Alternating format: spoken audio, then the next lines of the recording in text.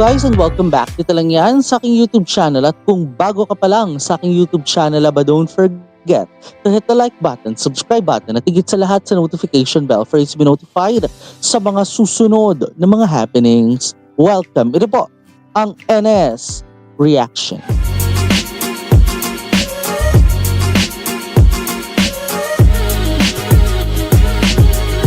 And for today, ito na nga ho ang episode number 12. Ito na po ang kahuli-hulihan natin na pagtutok dito lang yan sa serye ng My Golden Blood series via GMM TV at iQIYI. Kung maalala nga ho natin mga ka-NS sa ginawa nga syempre ni Nakan na matulungan. Syempre gumawa siya ng paraan para makatulong, di ba? Itong si Nakan kaya lang parang alam mo yon, ang naging endgame pa rin syempre ayun na alam mo yun, kahit anong tulong, nakipagkita na at lahat-lahat, nagkita na silang dalawa, nagkaroon pa ng romantic moment sa loob ng bathtub, pero in the end, napasakamay pa rin ni Miss Sarah itong si Tong matapos nga ang naging desisyon ni Tong na sumurrender na lamang para wala nang mapahamak. Pero kung ito nga ba'y alang-alang sa kapangyarihan mismo ni Miss Sarah, paano kaya malalabanan ito ni Mark at saka ni Nakan? Mga ka-NS, we are about to begin the final episode. Let's go, let's play. In 3, 2, and 1. Kung gusto nyong panoorin via VIP, just go to iQIYI. ตัวละครพฤติกรรมสถานที่หน่วยงานวิชาชีพและเหตุการณ์ต่างๆในซีรีส์เรื่องนี้เป็นเรื่องสมมุติที่สร้างขึ้นเพื่อความบันเทิงเท่านั้นโดยมิได้มีเจตนาชี้นำหรือส่งเสริมการกระทำใดๆที่เกิดขึ้นในเรื่องโปรดใช้วิจารณญาณในการรับชมซาร่าส่งมาใช่ไหมเลิกลังเลได้แล้วมาร์คต้องเสียชีวิตเพื่อช่วยคุณอยู่ทำไม่ได้ผมฆ่าตองไม่ได้แต่ทางเดียวที่เราตกลงกันไว้คือตองต้องตายบอกมาว่าตองอยู่ที่ไหนให้คุณทรมานมากแค่ไหนคุณก็ไม่มีวันได้เลือดสีทองหรอกถ้าได้ตัวผมไปทุกอย่างก็จะจบใช่ไหมตองอย่าทำแบบนี้ใช้ชีวิตที่เหลือแทนผมทีนะตองตอง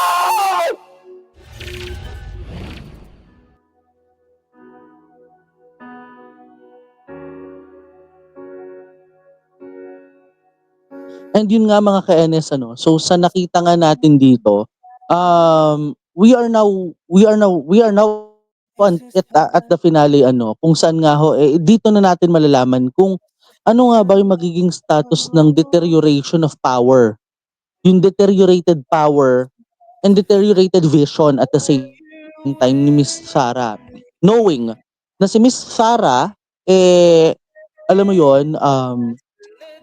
well known as the powerful right now dahil nga doon sa dahil itong mga golden blood na ito in the past based doon sa story nga ni Nakan ay lahat ng mga to ay pinapatay pero itong mas malala. Itong kay Tong ang di umano'y malalang patayan dahil pagsasaluhan siya ng mga vampira din, 'di ba? So may mga NS, simulan na natin agad-agadang istorya.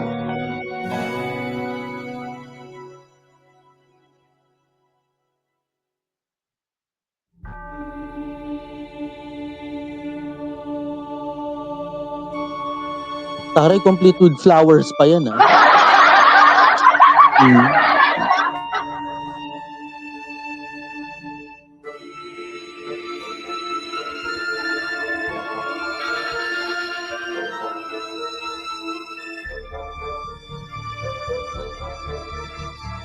Ay yes.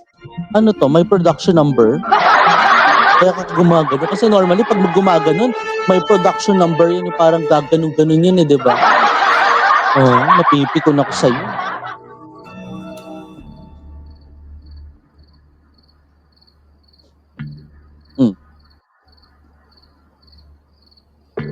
Ano naman nangyari sa inyo at kay Tinali?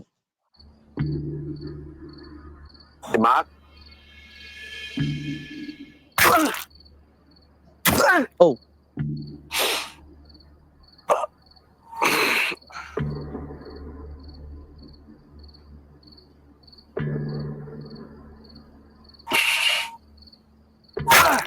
Ay, shucks. Parang itinak. Wow, grabe ha. Sakit. ก็แค่เหล็ก ดูถูกมันเกินไปละ แล้วลูกน้องนายล่ะมึงยังคาดหวังให้คนมาช่วยเราอีกเหรอ แค่มึงต่อสู้กับทาร่า ก็เหมือนมึงประกาศสงครามกับแวมไพร์ทุกตัวละ ถ้าเพื่อตอง ผมทำได้ทุกอย่างจะรีบจองไงต่อ มีแผนไหมแต่ป้าวันน่าจะช่วยเราได้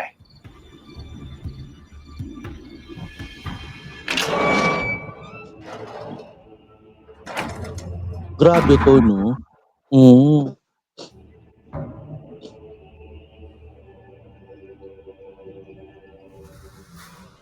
This looks like the sacrificial life.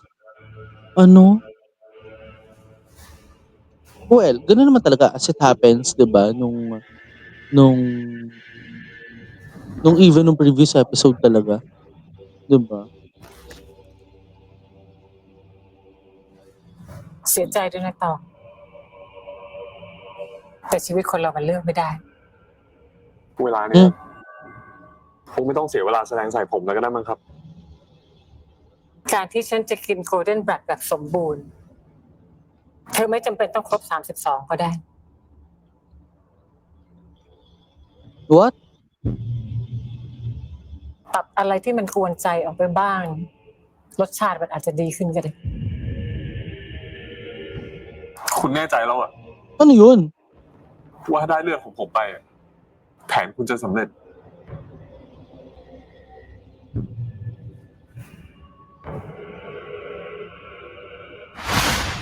ขอโทษที่ผมปกป้องคุณไม่ได้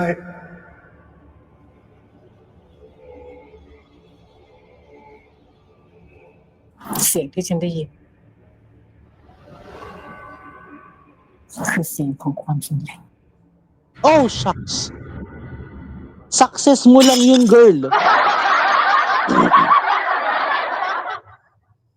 ป้าไม่คิดว่าเรื่องมันจะเป็นแบบนี้นี่ป้าเป็นส่วนหนึ่งที่ทำให้คนพวกนั้นต้องตายเหรอคะแล้วตอนนี้ตองก็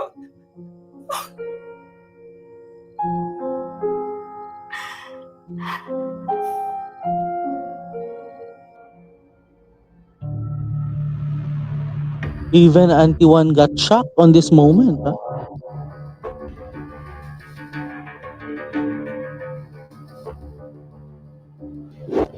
Parang idadaan ka muna sa torture ng wala sa oras, ano?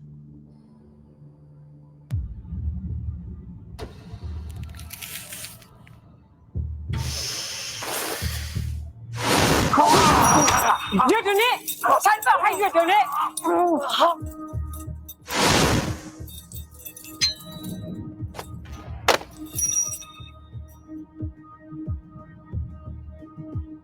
มีความหวังจนนาทีสุดท้าย สมก็เป็นมนุษย์จริงๆ แกไม่มีสิทธิ์ตัดสินใจอะไรทั้งนั้น ชีวิตและเลือดทุกหยดของแกเป็นของฉัน เอาตัวมันไป ปล่อยผมปล่อยด้วย Torture talaga ทุก to. คนครับ Oh. ป้าไม่ต้องรู้สึกผิดหรอก แต่ตอนนี้ป้าต้องเลือกว่าจะอยู่ฝั่งใคร สิ่งที่ถูกต้อง หรือทาร่า ป้าวันครับ พวกเราอยากจะให้ป้าวัน ช่วยหาวิธีเอาชนะคุณทาร่า ผมรู้นะครับ ว่าป้าช่วยพวกเราได้ ถ้าถามถึงวิธีก็พอมีอยู่ค่ะ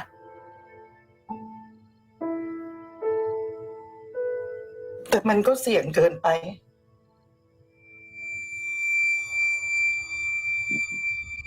Oh, ano yun? Ay grabe, ang ganda ng setup. Wait lang, wait lang. Can I appreciate the setup muna? Ang ganda ng setup na pinakita sa atin. You know, 1, 2, 3, pak! Ang ganda ng setup! Hoy, ang ganda ng nag-set design nitong nasa ano natin ha. Akala mo parang ano, akala mo mala-Lavender Fields na pang-criminal na version. Oo. Grabe yun ha. Oh, go. Yung ano lang, yung pang-teaser na pamatayan. Ganon. ผมขอละ Mm. ปล่อยผมไปเถอะจะให้ Kaya ผม lang. ทำอะไรก็ได้อะจะให้ผมผลิตเลือดไปให้คุณเรื่อยๆผมก็ยอม แค่ปล่อยให้ผมมีชีวิตรอด พลังที่ Naku, hindi แท้จริ kanya ง nahayang mabuhay. ต้องการคือพลังที่จะทำให้ฉันอยู่เหนือแบบพายตัวอื่นทุกตัว Mm. ฉันจะกัดคอเธอมาสู่โกลเด้นบัตจนถึงสุดท้าย Oh no. เพื่อพลังในการฆ่าแวมไพร์ตัวอื่น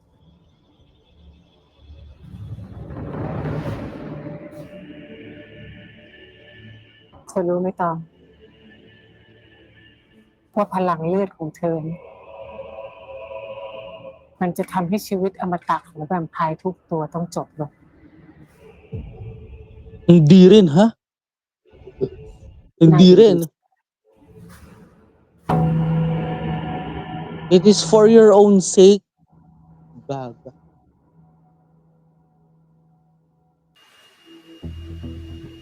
ในอดีต Now, เวลาคุณทาร่าจะเลือก อืม ทำพิธีกรรมสำคัญก็มักจะมาทำที่นี่ เพราะฉะนั้นป้าว่าน่าจะเป็นที่นี่แหละค่ะ แล้วสิ่งนี้มันจะเวิร์กจริงๆเหรอครับ ป้าก็ไม่มั่นใจค่ะ เพราะนี่ก็เพิ่งทำครั้งแรกเหมือนกัน ไม่ว่ายังไง โอ้ มันก็จะได้ผล เพราะมันเป็นทางรอดเดียวของเรา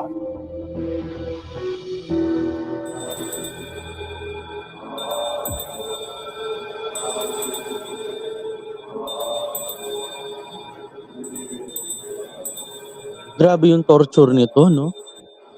Grabe yung dadanasin talaga nitong in this episode talaga, ha?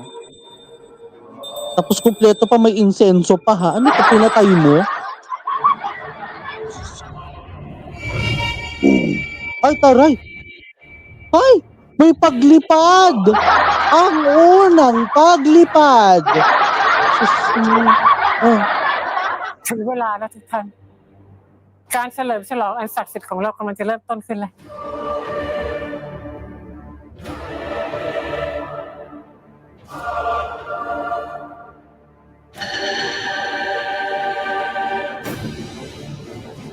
Oh no. Ano yun?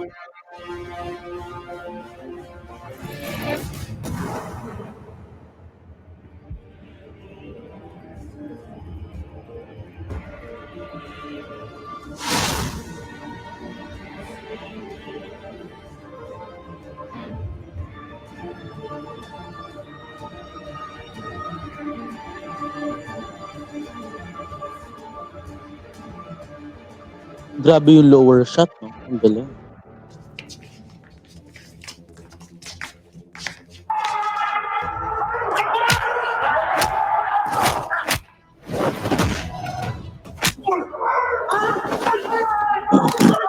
Oh!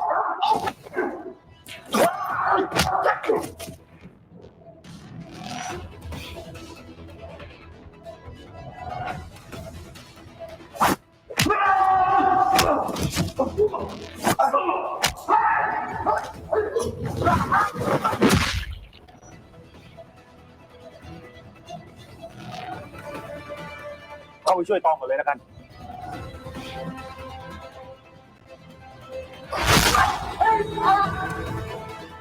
มาร์คกำลังมา คุณทำอะไรผมไม่ได้หรอก พวกเธอไม่เคยเรียนรู้อะไรเลย เซอร์ไพรส์ ฉันปล่อยเธอไปแล้วแท้ๆคือเจ็บไม่พอหรือไงนะกัน ใช่ครับแทบไม่รู้สึกอะไรเลย ถ้าเทียบกับสิ่งที่คุณทำกับผมเนี่ย อันนั้นแหละ คือความเจ็บปวด จะช่วยให้ความเจ็บปวดของเธอหายไปตลอดกาลฉันรู้และฉันก็เห็นทุกอย่าง ยอมแพ้ซะตั้งแต่ตอนนี้ดีกว่า มันก็ไม่ได้แปลว่าคุณจะสู้ได้ อาวุธที่เธอเตรียมมา มันไม่ได้ผลหรอกนะแกแล้วแผนที่เธอตั้งใจ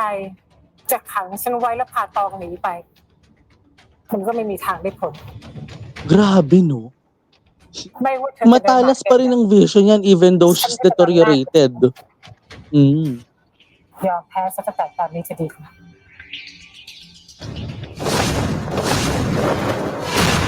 งั้นมาลองวัดกัน ว่าใครมันจะเช็คเมทให้ก่อนกัน คนที่แพ้ ไม่ใช่ฉันแน่มาร์คมาร์ค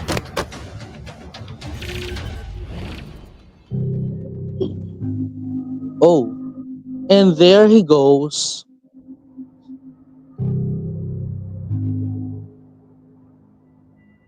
ถ้าเธอยอมฉันตั้งแต่แรก หยุดพูดได้ละ ยังไงคุณก็ไม่ปล่อยให้ผมรอดไปอยู่ดี แล้วทำไมฉันจะต้องต่อสู้กับคนเก่งๆอย่างเธอด้วย พลังและอำนาจที่ได้จากการพรากชีวิตของคนอื่น ผมจะไม่ทนมันอีกต่อไปละ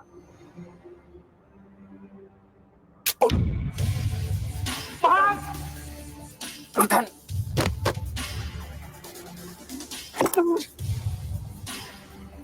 อะไร เกมมันเป็นแบบนี้ กูก็ต้องยอมแพ้ดิวะ นี่คือยาทำลายพลังตัวเดียวกับที่คุณใช้คลายมนต์ของผม คุณแกคิดจะยอมแพ้แล้วเหรอ Tsaka bakit sa ulig pa? ว่าให้ทำทุกอย่าง ให้ออกไปจากที่นี่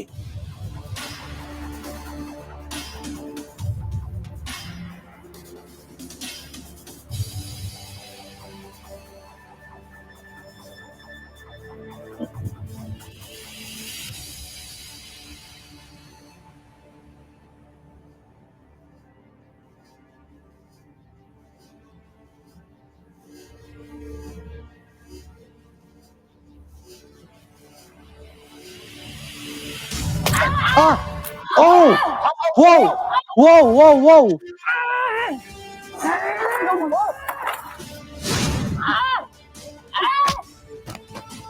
เจ้าเล่ห์เป็นนาทีสุดท้าย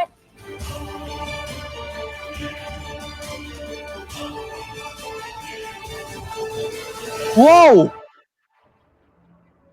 That was the unprecedented move. น้ำหอมคลายมนต์ ก็น่าจะใช้กับคุณทาร่าได้นะคะ มันน่าจะมีความสามารถในการสลายพลังอยู่บ้าง การจะฆ่าแวมไพร์เราจะต้องแทงทะลุหัวใจ ผมจะใช้เข็มนี้จัดการทาร่าเอง แต่คุณทาร่ามีพลังเห็นอนาคต พวกเราจะหาวิธีเข้าใกล้เขาได้ยังไง เรื่องนั้นเดี๋ยวผมจัดการเองป้าวันแค่หาวิธีล่อแวมไพร์ออกมาให้ได้เยอะที่สุด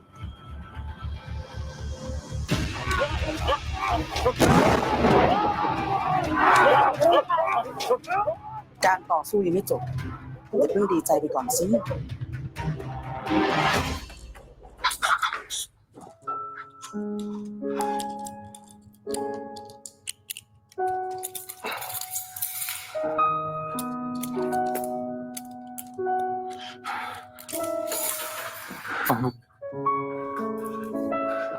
ผมคิดว่าจะไม่ได้เจอคุณแล้ว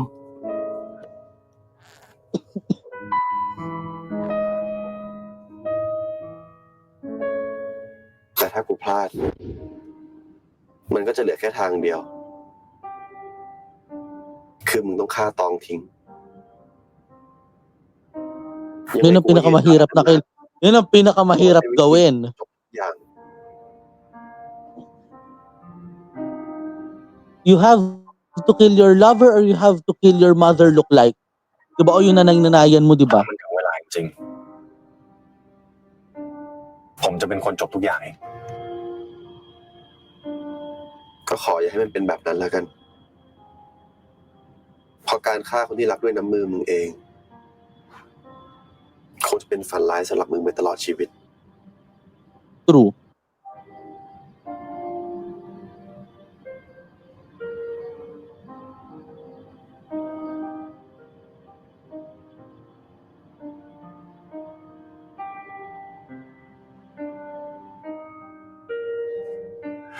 ไม่เป็นไรแล้วนะตอง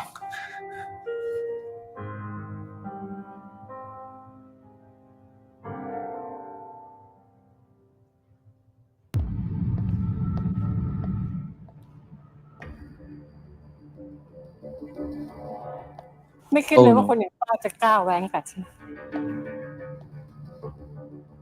ถ้าฉันรู้ว่าความต้องการของคุณคือการฆ่าคน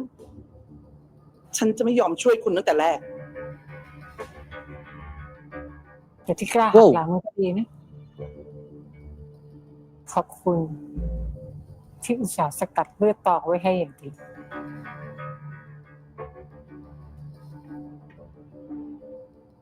ใครจะโง่ให้สกัดเลือดเพื่อทำน้ำหอมสลายพลังอย่างเดียว ฉันก็เก็บเอาไว้เพิ่มพลังด้วยต่างหาก คุณมันเลว คุณหลอกใช้ทุกคนอะ ฉันหลอกใช้อะไร ทุกอย่างมันเป็นของฉันตั้งแต่แรก ทั้งแลบทั้งโกลเด้นบัต อือฮึ รวมทั้งตัวแกเองด้วย ถ้าฉันอยากให้อยู่ ก็อยู่ แต่ถ้าฉันอยากให้แกตาย แกก็ต้อง Oh shucks. Oh shucks. Oh oh oh oh oh whoa whoa whoa whoa whoa whoa whoa whoa whoa whoa whoa whoa. ก็จะยิ่งมีคนสังเวยชีวิตเพิ่มมากขึ้น Ay shucks. ไปตามจับคนทั้งบัตรมาให้ได้ Ah!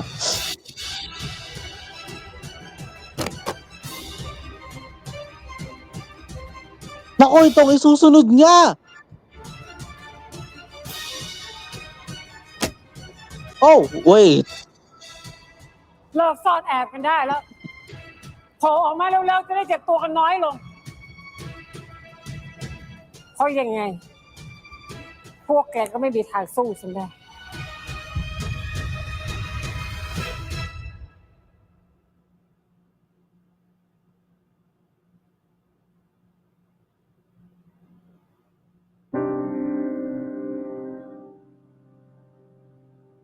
เป็นแบบนี้อีกแล้ว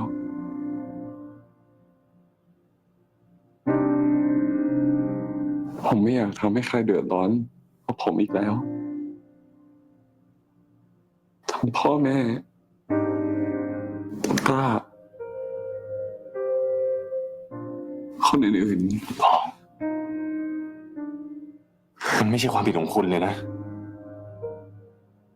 แล้วถ้าเกิดว่ามันเป็นคุณขึ้นมา ผมปล่อยให้มันเป็นแบบนั้นไม่ได้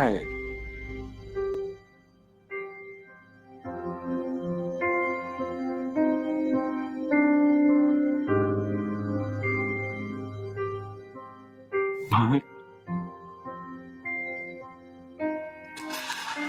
ร์ค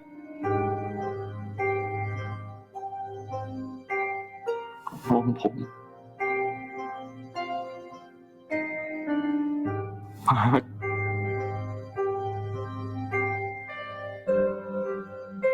เหลือแค่วิธีเดียวแล้ว คุณก็รู้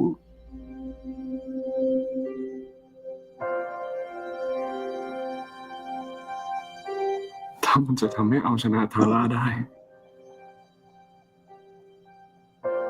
คุณก็ทำเถอะ Baka ito na nga yun. เอาเลือดผมไป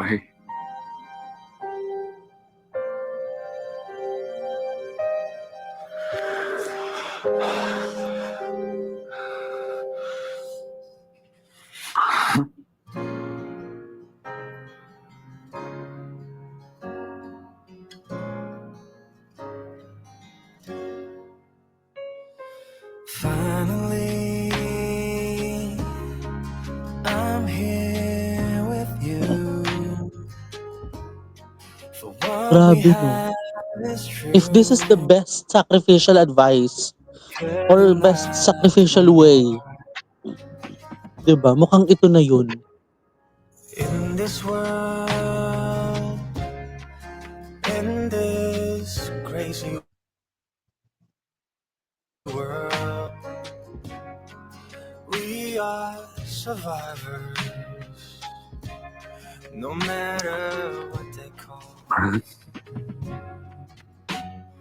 Those endless nights, they're worth the fight. ถ้าคุณกินเลือดผมไป Love could find us again. ส่วนหนึ่งของผม From this momentum, this is the life. ก็จะอยู่กับคุณตลอดไปไง Keep on fighting the lines. How far we have gone, this feeling so strong. We'll keep on dancing the night. เราชนะทาร่าให้ได้ เพื่อผมนะ เราใช้ชีวิตที่เหลือ แทนผม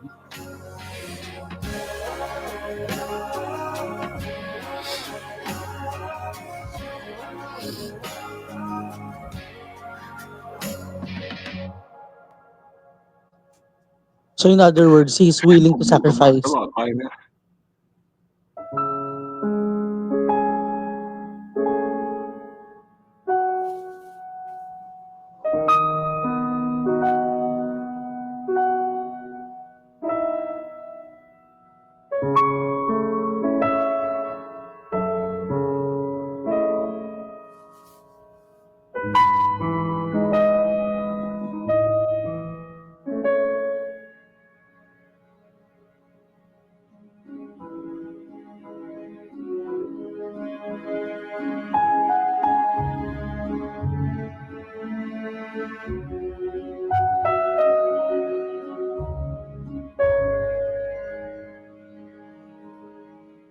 I do.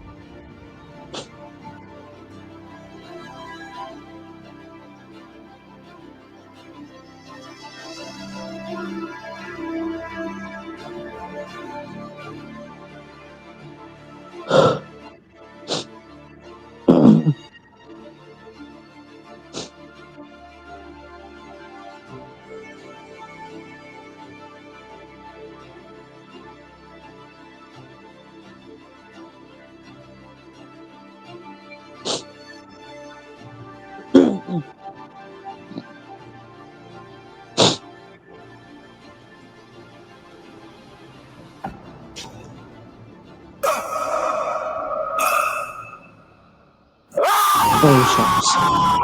Oh!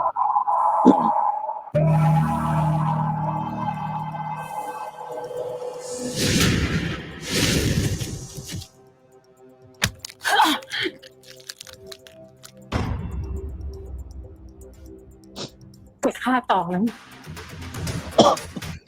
ฆ่าฉันเป็นคนสิชีวิตอมตะที่ไม่เหลือใครเป็นสิ่งที่แกต้องการถ้าฉันตายเธอจะไม่เหลือใครเธอจะโดดเดี่ยวไปตลอดกาล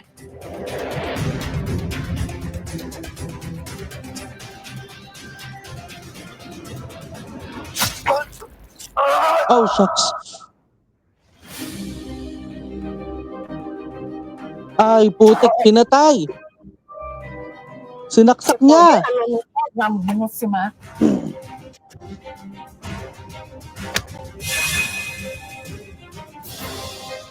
เธอเคยสัญญาว่าเธอจะซื่อสัตย์กับฉันตลอดชีวิตจำได้ไหม Alam mo, sakit na ng fist ko talaga, ha? Wait lang. ผมมันได้แค่สุนัขรับใช้ตัวหนึ่งของคุณก็เท่านั้นแหละ คุณเคยเห็นผมเป็นโรคบ้างไหม อยากรู้ความจริงตอนนี้มันจะมีประโยชน์ที่ว่าอยากรู้ให้เสียใจเล่นๆไปงั้น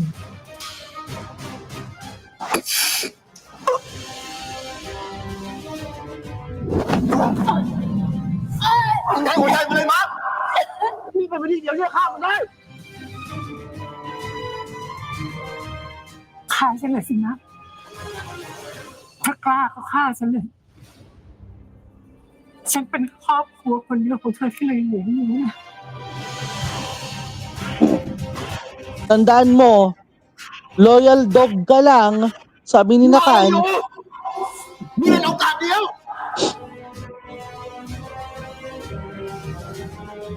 คุณนั่งหักที่ทำลายครอบครัวผม คุณทำให้ผมต้องฆ่าตอง คุณไม่ใช่ครอบครัวของผม Ayun, ang galing. Wait lang. Hindi kumpleto yung experience. Ano ba? Wait lang. Okay. Medyo masakit siya, ha, in คุณทำให้ผม fairness. ต้องฆ่าตอง คุณไม่ใช่ครอบครัวของผม Ay, shucks.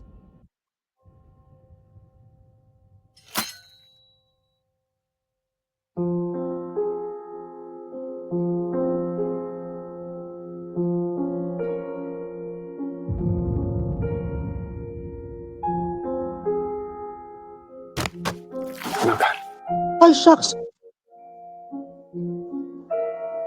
ขอบใจด้วยเอ็มมา Hala. ในที่สุด กูก็จะได้เจอคนของกูสักที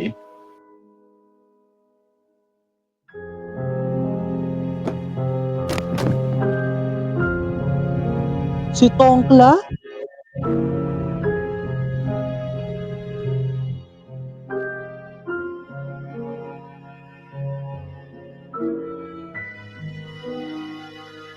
Oo, kasi nagtataka ko bakit gray yung tumagos dun eh. 'Di ba?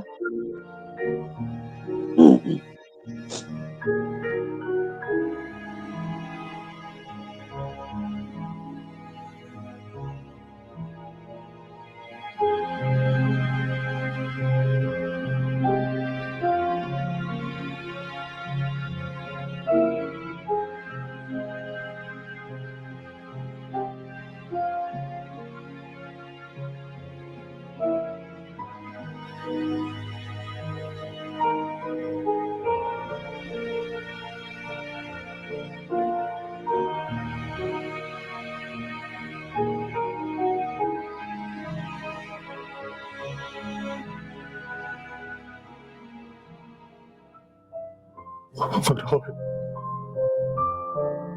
ที่ผมปกป้องคุณไม่ได้ ที่ผมมิดสัญญา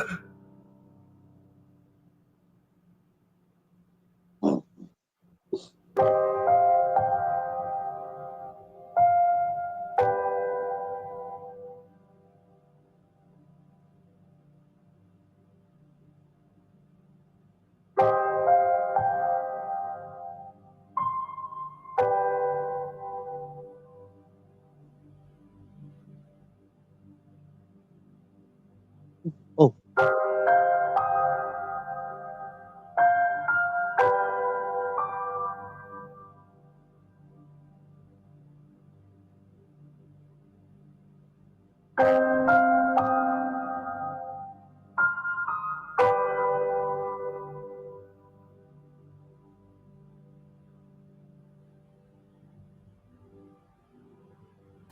Wait. Oh! ตอง ตอง ตอง In good color, in good color. ตอง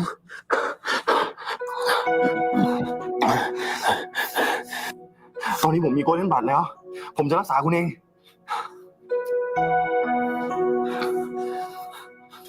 ผมรู้สึกไม่ดี ผมกำลังจะตาย อดทนไว้นะตอง อยู่กับผมก่อนนะตอง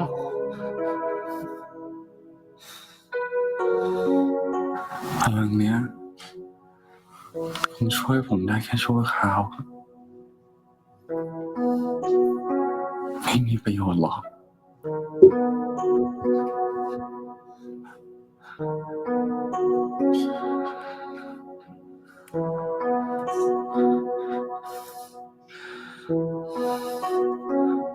ผมอยากอยู่กับมาร์คตลอดไป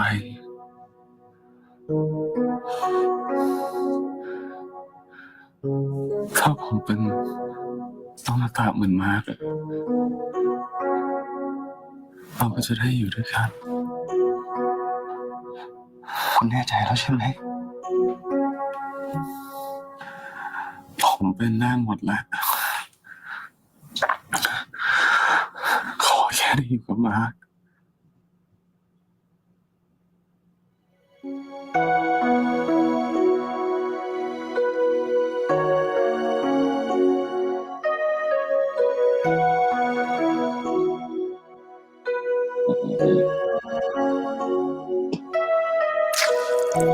อ้าว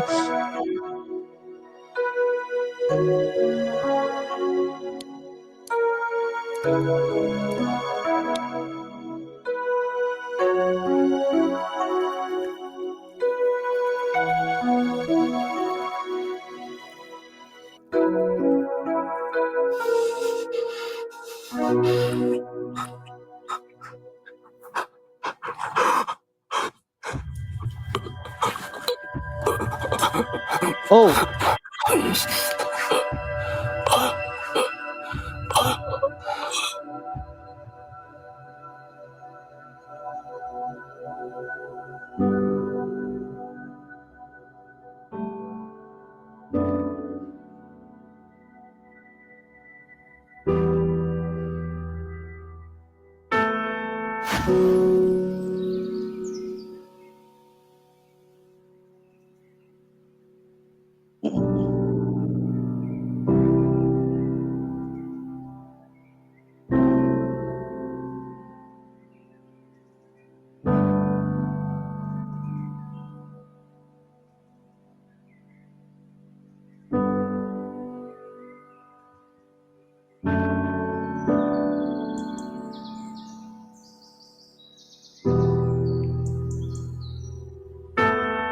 Oh.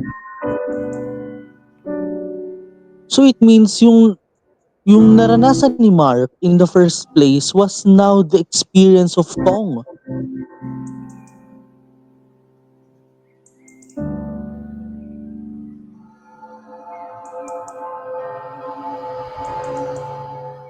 Oh. Oh, shucks.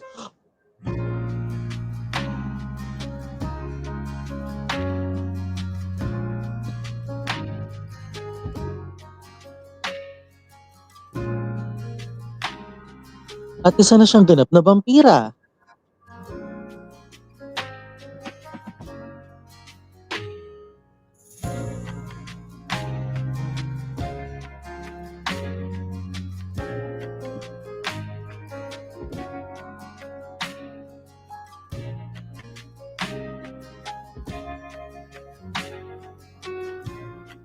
ผมกลับมาแล้ว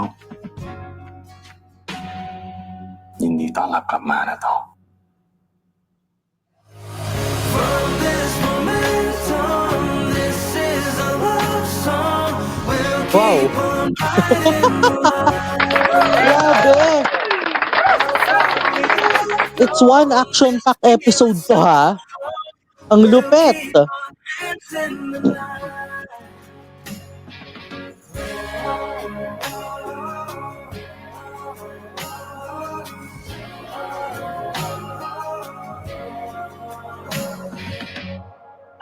โลกยังคงหมุนไปด้วยการผันเปลี่ยน มนุษย์ ยังคงก้าวไปข้างหน้า โดยที่ไม่รู้ว่ามีพวกเราที่ยังแฝงตัวและเดินปะ Grabe ปน ha. Oh. หากมองเผินๆก็ไม่ต่างอะไรจาก10 หรือ 100 ปีก่อน ที่เราพยายามรักษาสมดุลระหว่างสองโลก ขีดเส้นแบ่งที่ชัดเจน และไม่ข้ามเส้นเหล่านั้น แต่สำหรับผมตอนนี้ พวกเรากำลังเปลี่ยนแปลงและก้าวไปข้างหน้าเช่นเดียวกัน เพื่อทลายกำแพงระหว่างสองโลก เมื่อชายคนนั้นรู้ว่าหัวใจของเขามีเพื่อนสัตว์ประหลาดที่เป็นอมตะ พวกเราเป็นสิ่งมีชีวิตที่มีพละกำลังเหนือมนุษย์ มีพลังพิเศษไม่มีวันตาย ไร้หัวใจและความรู้สึก ดูไร้เทียมทานน่าหวาดกลัวเหมือนสัตว์ประหลาด แต่สิ่งที่มนุษย์ไม่รู้ คือความพิเศษเหล่านั้นไม่ได้ทำให้เราต่างกัน สัตว์ประหลาดก็ได้มอบพลังพิเศษให้กับชายคนนั้นกลับมามีชีวิตอีกครั้ง ก่อนที่ทั้งคู่จะครองรักกันตลอดไป เหมือนกับคู่รักคู่อื่น มันเป็นเรื่องแต่งหรือเรื่องจริงเหรอครับ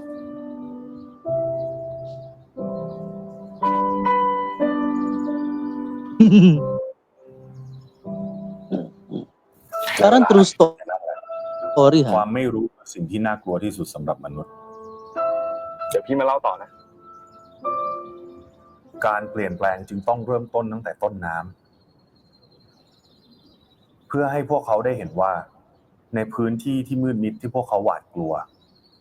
ไร้ซึ่งอันตรายใดๆ กังวลเหรอ ผมไม่รู้เลยว่าผลลัพธ์จะเป็นยังไง แต่อย่างน้อยผมว่าเขาก็ควรได้รู้ความจริงว่าโกลเด้นบลัดในตัวเขาคืออะไร จะได้ไม่ต้องถูกเลี้ยงแบบผมอีก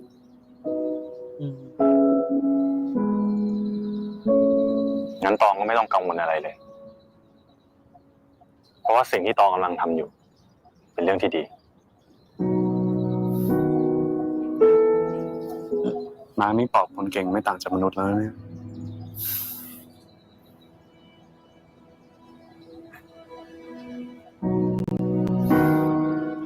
ดาวิน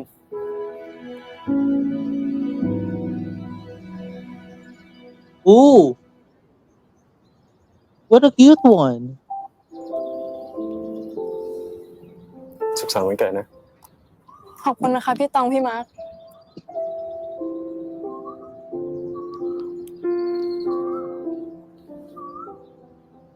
ก่อนนาวินจะขอพรที่มีอะไรบางอย่างจะบอก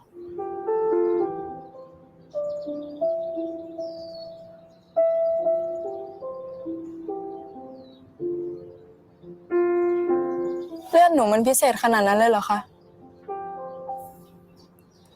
มันพิเศษ แต่มันไม่ใช่สิ่งที่จะผูกมัดนาวินไว้ ต่อจากนี้พี่จะทำทุกอย่างเพื่อให้มั่นใจว่าชีวิตของนาวิน จะไม่มีอะไรเปลี่ยนไปพี่จะคอย Kasi nga under the power na nga ni ano, 'di ba? คอยดูแลนาวินทุกอย่าง Ni Mark. เชื่อพี่นะ Golden Blood ก็มีสิทธิ์ที่จะใช้ชีวิตไม่ต่างจากคนอื่น At saka galing din siya doon. Siya rin yung may golden blood before. และสิ่งใหม่ที่ผมได้ค้นพบ ความรัก ความรักมันช่างวิเศษกว่าพลังใดๆทั้งหมด รักทำให้มนุษย์มีหัวใจที่กล้าแข็ง จนมีแรงในการก้าวต่อไปข้างหน้า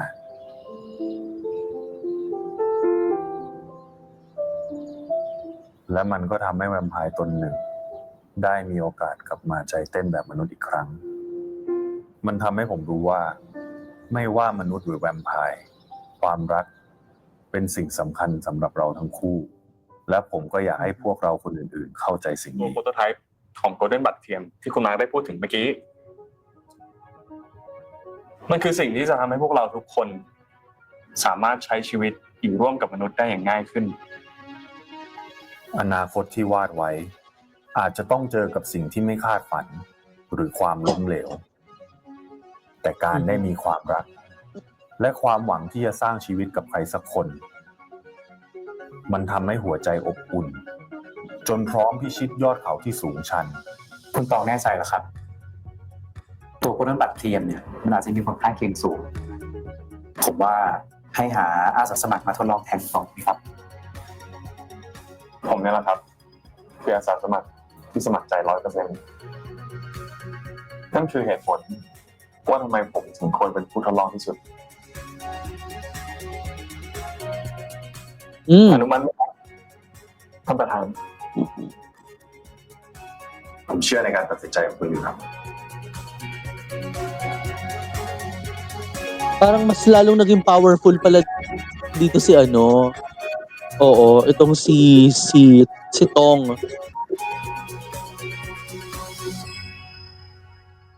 และในวันที่ฟ้าใหม่มาถึง เมื่อเราได้สัมผัสความสำเร็จที่เส้นชัย หากเรื่องราวนี้คือหนังสือเล่มหนึ่งบทส่งท้ายก็ต้องขอบคุณทุกความเสียสละ ที่ให้เราได้มีโอกาสเปลี่ยนแปลงทุกอย่างให้ดีขึ้น และได้ใช้ชีวิตอย่างที่อยากจะใช้ ชีวิตที่แสนจะเรียบง่าย เพียงหวังว่าคนที่ทำให้แวมไพร์ใจเต้นอีกครั้ง มีความสุข และอยู่กับเขาตลอดไป กินปอดผมเลย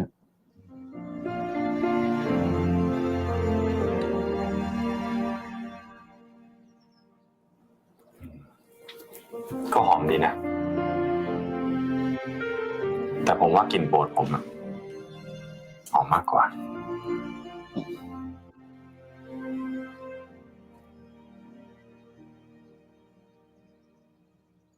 ผมลาพักร้อนให้พวกเรา2 คนแล้วนะ เราจะไปทำเช็คลิสต์ที่ไหนกันตอนดี ตื่นเต้นจังเลยอะแต่พอจะได้ใช้ชีวิตจริงๆก็ไม่รู้จะทำอะไรก่อนดี ถ้างั้นลองสุ่มไหม สุ่ม หลับตาครับ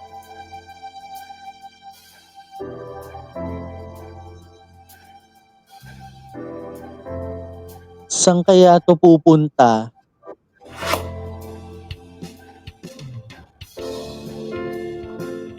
ลองเลือกดู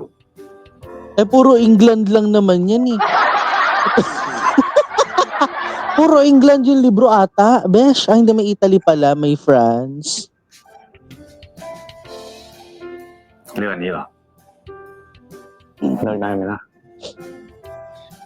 ถ้าเลือกอันเนี้ยยังไงก็ไม่ผิดหวังอยู่แล้วครับ ผมจะทำให้ตองลืมวันลืมคืนเลย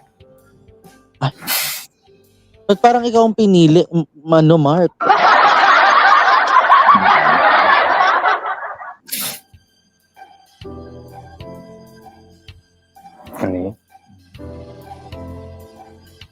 The France.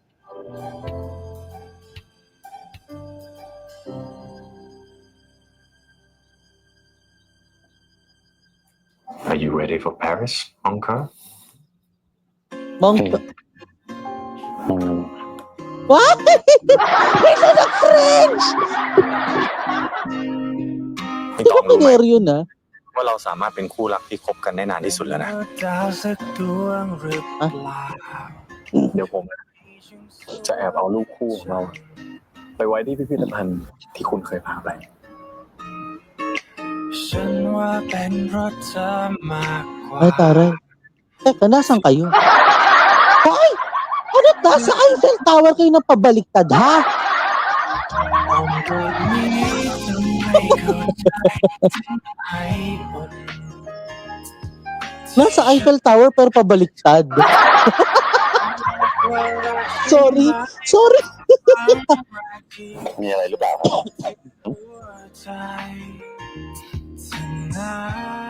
ผมสัมผัสได้ถึงความรู้สึก ความรู้สึก Just you and me Tonight. Just you and me tonight นี่จะขอผมแต่งงานใช่ไหมเนี่ย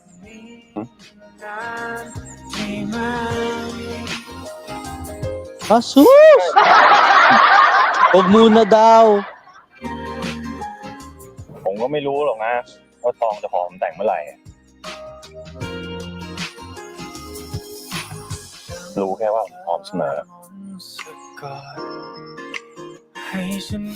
ยังไง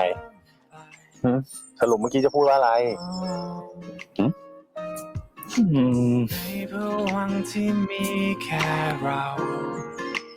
กลิ่นความรัก ไม่เอาอ่ะ ไม่พูดแล้วดีกว่า รู้สึกเลี่ยนยังไงไม่รู้แบบ ก็จุดนี้ เลี่ยนเถอะ ไม่เข้าใจถึงไอ โอ้โหพวกนี้อยากรู้เลย ที่ฉันเพิ่งเคย บอกมาบอกไหม ไม่บอกทำไมจะทำไมฮะยังไง โอ้ยโอเคบอกแล้วก็ Just you and me tonight คำว่าตลอดไปอ่ะ Just you and เป็นไปได้พอมาร์กเลยนะ อ๋อ Just you and me tonight Ayun, dun siya naging cheesy. Inawanan ka eh. ความเป็นอมตะที่เคยเป็นยาพิษที่น่ากลัว เหมือนความหนาวที่ทำให้โดดเดี่ยว จากนี้คงไม่เหมือนเดิมอีกต่อไปแล้ว เพราะว่าแวมไพร์อย่างผม เริ่มมีหัวใจ มีคนสำคัญที่จะจับมืออยู่ด้วยกันทุกนาที หลังจากนี้ตลอดไป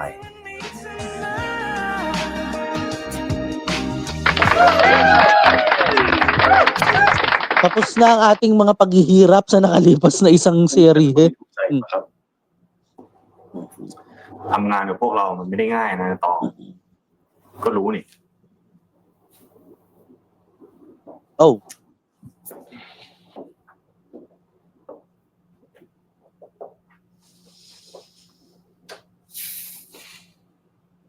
ถ้างั้น เดี๋ยวผมสมัครเป็นเลขาแทนให้เอาไหม อะ เป็นเลขาเนี่ย ต้องทำอะไรบ้างล่ะครับ อย่างแรกเลยนะ ชงกาแฟ well, เอสเปรสโซ่เพียวๆ2ช็อตได้แล้วครับ คุณมาร์ค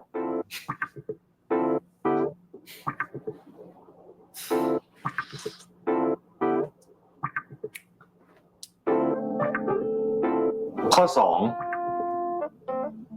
ต้องรอสแตนบายพร้อมท่านประธาน 24 ชั่วโมง บังเอิญว่าผมเนี่ย ไม่ต้องนอนอยู่แล้วครับ งั้นก็ข้อ 3 เลขาต้องจูบให้กำลังใจผมตลอดทุกชั่วโมง ayun lang. Anong rules yan, ha? ผมว่าท่านประธานจะดูขาดความรักนะครับ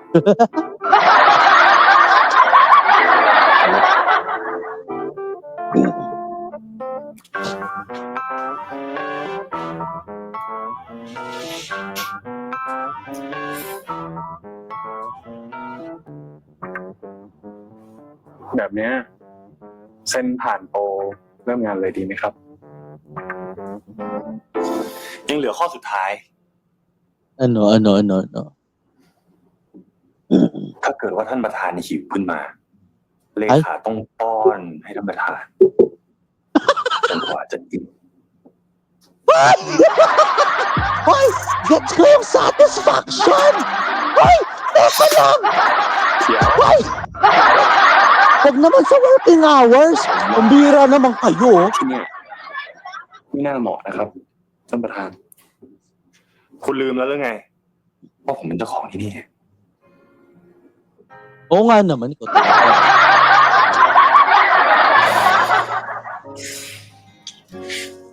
Tapos biglang Hoy! Grabe ha? Ano, napaka-seductive nyo naman.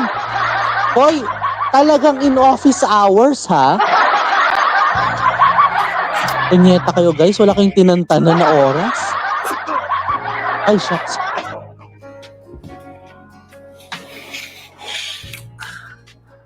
แบบเนี้ย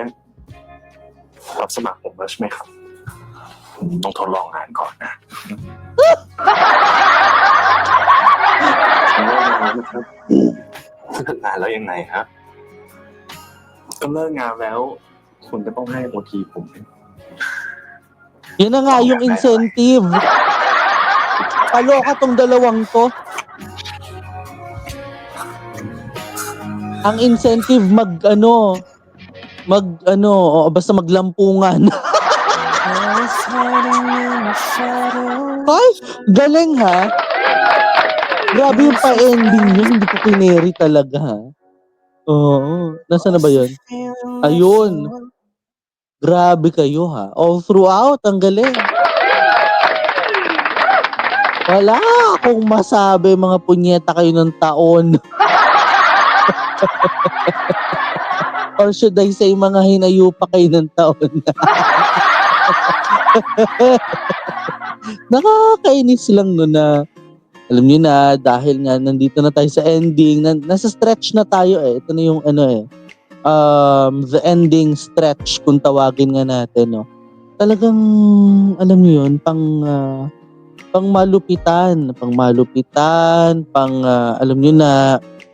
talagang mapapasabi na lang talaga kayo mga ka-NS na ito na talaga yon. Ito na yung pinaka-ending. This is now probably the edge of what we've seen right now, and kudos. Yeah, kudos. Dahil talaga namang until the end, naitawid natin ang buong storyang ito sa pamamagitan nga ng Aichi. Maraming salamat. Thank you. Thank you to Aichi for this deliberation ng 12 episodes sa atin weekly, diba, on a weekly basis. Plus this is now the lesson for the entirety, diba? We have to sacrifice for our loved one. Kailangan natin magsakripisyo para sa mahal natin. And yet, yung nangyaring ng sakripisyong yon, umabot na talaga dun sa point na, alam mo yun, umabot na siya dun sa point na kailangan na talaga tong gawin. Diba? You know what I'm talking about, diba? Alam niyo naman kung ano pinag-uusapan nga natin dito. Yun nga yung naging sacrificial story. Diba? Yung naging kwento ng, alam mo yun, yung naging sacrificial moment nga niya kanina, diba? From the moment that he said, I do, alam niyo yun, mula nung sinabi nga niya yung word na I do, parang doon na nga talaga tayo medyo nabalingan ng lungkot talaga dahil ito na pala yun. And alam niyo, sabi nga nila, hindi nga natin alam kung ano mangyayari kasi yung pinakita lang sa atin parang pagpipiyastahan lang siya eh. Akala natin hanggang doon na lang. 'Di ba? And on the other way around, 'di ba? Sa nakita nga rin natin mga ka-NS, talagang it's, alam mo yun, ang hirap. Alam mo yun, parang kung ako si Mark, ito na yung pinakamahirap na pangyayari sa tanang buhay ko rin na, alam mo yun na if I have to sacrifice for someone that we love, it is because the part of us is not, alam mo yun, the part for us is not full. 'Di ba? Alam mo yun, kahit sabihin na natin ito yung parang parang maiiyak na naman ako dito sa sinay ko. Wait lang. Alam niyo, promise, hindi ko kinaya ng bahagyaan kasi ang bigat na ng storyang to begin with. And also, one that I'm going to mention is that now Nakan is very happy with Tongla. Masaya na siya ngayon. And yet, yung happiness na yun, ito na yun. Magkasama na sila sa kabilang buhay. Diba? And now, Nakan and, now that Mark and Tong, diba, are now living together happily ever after kahit hanggang 1 million years ata. By the way, highway mga ka-NS, abangan natin ang tambalang Diyos gawin sa susunod nilang series together, ang Only Friends Dream On. Mga ka-NS, yan nga ho, naging kabuuan ng ating reaction sa video na ito. At kung bago ka pa lang sa aking YouTube channel, don't forget to hit the like button, subscribe button, at higit sa lahat sa notification bell for you to be notified sa mga susunod na mga happenings. Abangan anumang oras sa marahil araw ng bukas, araw ng Sabado, ay ihahatid naman sa atin ni Victoriano II ang finale episode. Abangan niyo po yan sa Victoriano II YouTube channel. Ako po si Nathaniel Subida, and nalimutan ko lang bago tayo magkalimutan, My Golden Blood on NS reaction done. This was one of the best series to date, as in. Mga ka-NS, yan na nga ako naging kabuuan. Ako po si Nathaniel Subida. This is my commentary, this is my own opinion, and this is my own reaction. Ako po si Nathaniel Subida. Keep safe, have a great day, and always remember to stay strong, always choose to love, and to be loved until forever. Hanggang sa muli. Ito nga ho ang Nathaniel Subida YouTube channel. Maraming salamat, have a great day, and stay safe, and bye!